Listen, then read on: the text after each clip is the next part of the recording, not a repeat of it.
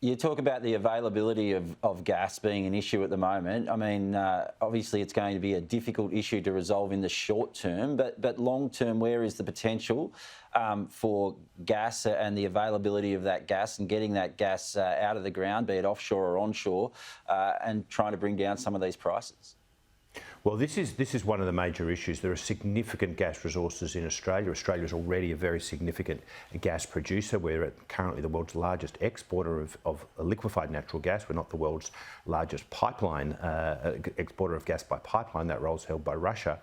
And of course, that role is fundamentally under threat now, and the world is having difficulty adjusting to that new energy reality. So, but the good news for Australia is that we've got significant gas resources in the Northern Territory, in Western Australia, in New South Wales, both onshore and offshore, and still gas resources in Queensland and Victoria. But we've been reluctant to develop them for a whole range of reasons, and frankly with strong political, environmental activism against the continued development of fossil fuels. Australia has moved too slowly to bring new gas resources into the market.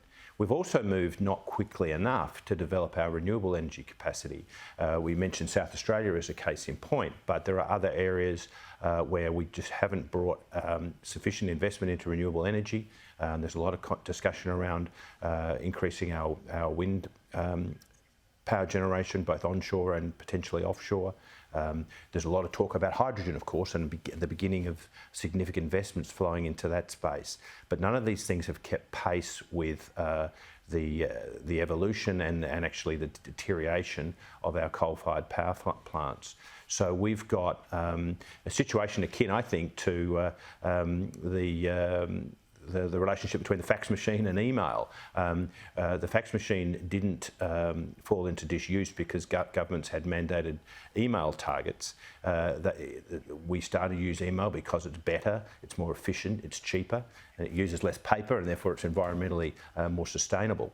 But we moved to it because it was better. Ultimately, we'll move to renewable energy because it's better. Once we get over a very considerable investment mountain, it will be cheaper, it will be cleaner, and it will be sustainable and provide energy for long term. It needs to be supported whilst it's to counter its intermittency by either batteries or by typically gas to keep a supply of baseload power there.